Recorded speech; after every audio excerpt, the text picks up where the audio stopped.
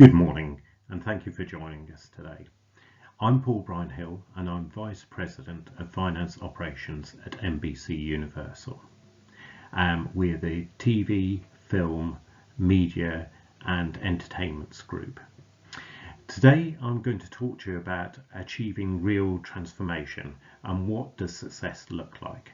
And particularly as I go through this, I want to try and think about the times we're operating in now and what impact that will have to all of us as businesses and how we can think about that.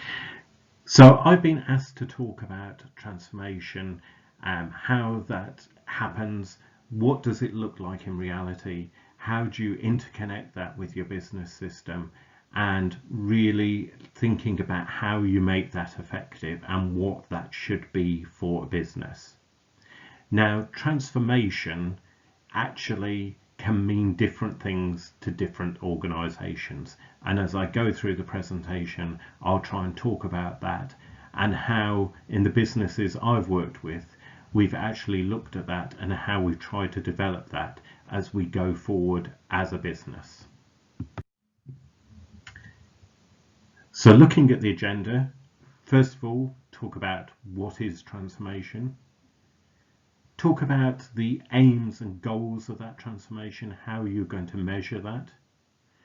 Then look at the actual obstacles that may be in place and how you can overcome and mitigate for those. And importantly, how you measure for success. What are the things that you're going to use to actually measure that success and ensure that you are achieving what you set out to do by the transformation, and that may change as you go through as well.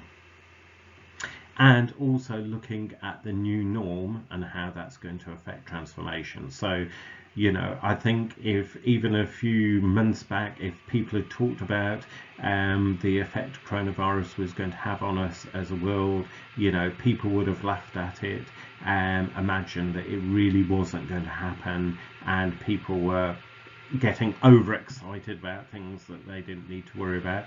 But this is a new norm. My personal belief is we won't go back to operating in the same way we did before. So we need to think about how transformation, how technology will help and assist us in that process to develop a new norm and be successful organizations as we go forward. Transformation then. So what is it for organizations you work in? As I said before, it will vary organization to organization. And a lot of organizations will look at, first of all, standardization and simplification. So how do we move to one standard process? How do we make that as simple and as effective as we possibly can do in that? How do we actually automate our existing processes? So a lot of organizations will look at the process they've got now, they will standardize it, they will simplify it, and then they will actually look to automate that and use technology to its full advantage to get them efficiencies, give them better time coverage, take out the human element, the human risk that there is in process. And a lot of processes, particularly in finance, within shared services, within AP, are standard processes across many organizations. There will be tweaks, there'll be variants to each organization, but actually they are the same in many organizations. Then it's really about looking at improving the existing process and how you do that, how you make that better, how you can improve that for an organization. Then one of the key things for me is about better customer experience. So really thinking about the customer experience, how you manage that, how do you make that better for people? And I think one of the interesting things for me as I've developed my career over the years is when I first started work, you went to work, the technology, the systems, the applications you had at work were far better than those that you had in your own domestic personal life. Now you actually go into work environment, and actually often the technology you use at home has been better in the past than the technology you've used at work. So it's about trying to change that and improve that, and look at that. And one of the things, we were looking at within our AP process, and one of the things that was mentioned to me when I first started at NBC Universal was the fact that many of our people who are on the periphery of the operation of the AP function were finding it really difficult, very complex, very time consuming. And these were people who were technology savvy. So, in their lunch break, they were able to do online shopping. They were able to book a 3-week vacation with different sites, different hotels, different trips, and do all that and eat their lunch in an hour break. Then they were coming in the afternoon and trying to raise a PO in our systems, which weren't the most effective, and that was taking them all afternoon to do that. So, we need to really look at that customer experience and how do we manage that. Then the next driver is often around reducing costs. So, is that the key driver? And you have to look at and think about, for your organization, which are the key drivers, which are the key elements that are going to drive that and make the transformation for you. Is improving the efficiency cycle. So, other organizations will look at the cycle time and how they need to improve that and make sure that works as being the key element of doing that as well. But it's really looking for your organization and thinking, what is it that transformation means for you? What are the key drivers that are driving transformation? What is your burning platform? And that's the thing you need to think about and you need to have to drive that. Now, for us, it is customer experience, and we really set about thinking about what we wanted to do around our purchase to pay process. And, it was a very inefficient, very ineffective operation for us. And we said, we don't want to just standardize, simplify it, make it a bit better, reduce some costs. We want to change that whole customer experience and really drove it from a customer experience of making it something people wanted to do, wanted to enjoy, wanted to feel part of and feel effective in. So thinking about your aims and goals, you need to think about what are your key drivers. For us, as I've just mentioned, customer is our key driver. Their experience, their way of working, because if we get that customer experience, and I'm talking about our internal as well as our external stakeholders, but getting that customer experience to be absolutely great, getting it in the right way, that will actually drive the right solution, the right transformation and the right benefits out of it. You've then got to think about what's in scope, what's not in scope. What are the elements you really have control over? What are the elements can you influence? What are the elements, sort of factors that you're never going to change and never going to be able to control? You need to work with those factors, but you're not going to change them. So concentrate on the scope that you can make the impact of and you can make the changes in.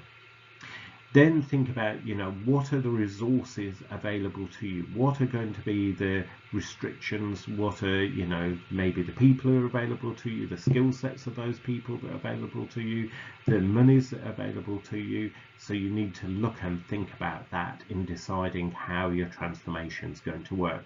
And then think about the outcome. What is the thing you really desire to achieve out of this, and what are the peripheries, and rank those so that you know which are the ones that are critical you must deliver on and which are the ones that you can deliver on and hopefully will deliver on.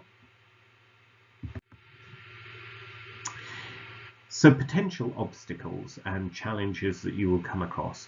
First, and a critical one for us, has been IT and cyber security. So it's really, for me, is about engaging with these groups, ensuring you understand what controls, what areas will need to be taken into account, and making sure you're managing that and working with them and they're a partner on your project. Because without that, my experience says you won't get anywhere. It will be a blocker.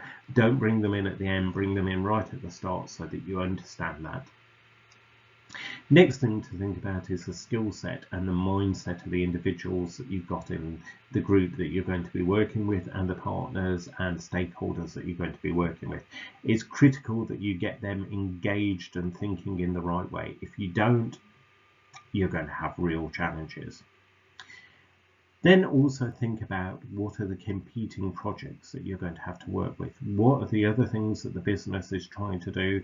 How do you get into that plan, understand the things that may cause blockers to you, and work with those. So, as an organization, for us, we have one thing that says, because we're so involved in the broadcasting of the Olympic Games, no technology changes can happen during that period. No technology changes can happen during a period of US elections, because we're a US owned organization. So really thinking about what are those things that may sound real periphery things to your operations in AP, purchase to pay, finance, but will impact on that ability to get the right technology people. Also, if you're going against bigger projects that are going to be more interesting, more viable to the organization, you're maybe going to get the second tier of people working on your project. So it's important to map out that in the right way. So really understand the technology roadmap that your organization has. Make sure you're working in that. Make sure you've got those partners. Make sure you've got those relationships with the ITs teams, with the project teams, and make sure you're really working that and engineering that to your advantage. And then ownership. Who actually owns the systems? Who owns the contracts that are going to be needed to get this technology, this transformation in place? So it's critical that you understand that, you work with that, you govern that properly, and you manage your projects properly, and you have realistic but challenging expectations throughout. So measurements for success. So how do you measure success? So again, every organization will vary on what they're looking for, but I think if not all of these, then certainly the majority of these will form a combination of how you measure success. So are you getting value for money? What are you looking to get? There may be some more costs because of what you're doing, but are you getting a benefit somewhere else that's going to deliver value for money for the organization? Cost and cost reduction is often a driver for transformation. It's something we might like to sort of not think about, but it's a reality of working that we're there to become more cost efficient, more cost effective. And the effectiveness of the system, the process, is a key driver in any organization I've worked with. And you've got to have that combination of value for money, cost efficiency, and effectiveness of the system. And that all leads to what I've always found to be the most important measure of success, the customer experience. Because even if you put technically the best system, the best approach into place, the best transformation, if you haven't got that customer support, that change management that's being done correctly to bring them on board, you won't have the right success, you won't have the right experience for them, and then you will get bad noise about your transformation. You'll get a lack of commitment to that transformation, so therefore you won't get the value for money, you won't get the cost efficiency, you won't get the effectiveness out of the project. So really, for me, it's critical you get that customer experience right. So I mentioned it before, the new norm, with COVID-19, my personal view is we will never go back to the same way of working. We as an organisation are certainly looking at how we've transformed ourselves during this stage. So, the group I look after, just over 400 people who, I would say probably 70% of those had always been 100% office based globally. Suddenly, within a 2-week period, we had to get them out working off-site remotely, and we've successfully done that. We've improved efficiency, we've improved effectiveness of people working remotely. So why are we going to want to go back to an office environment where we're all working in offices? You've got people who have long commutes. The office environment perhaps isn't the nicest environment for them, although we think we've got nice office environments, but sometimes it's not the right environment for them. It limits their ability to do some of the social things they maybe want to do outside of the work environment. It doesn't give them the right work-life balance. So I think by getting that new norm in place, we will really look at what is it we need to do going forward to get the right workforce, the right transformations in place, and that will change the way we look at things, and I think we're almost guaranteed that we won't go back, even when the regulations, when the health says we can, we won't go back to the way we were working before. So we need to think again. We need to really challenge ourselves on the way of working to get the right results and have a new mindset around doing that and how people can work effectively. So some quick concluding thoughts. So transformation is part of way of life for all of us. So I think, to succeed, to move forward, to drive the businesses in the way we want to do, we need to have transformations. Some of those will be smaller transformations, some of them will be larger transformations, but it's really part of our working life. It's the majority of our time will be taken up by transformation. Automation will do the routine things for us, but it will be there to drive the transformation, to drive the new ways of working. My recommendation is transformation, not revision.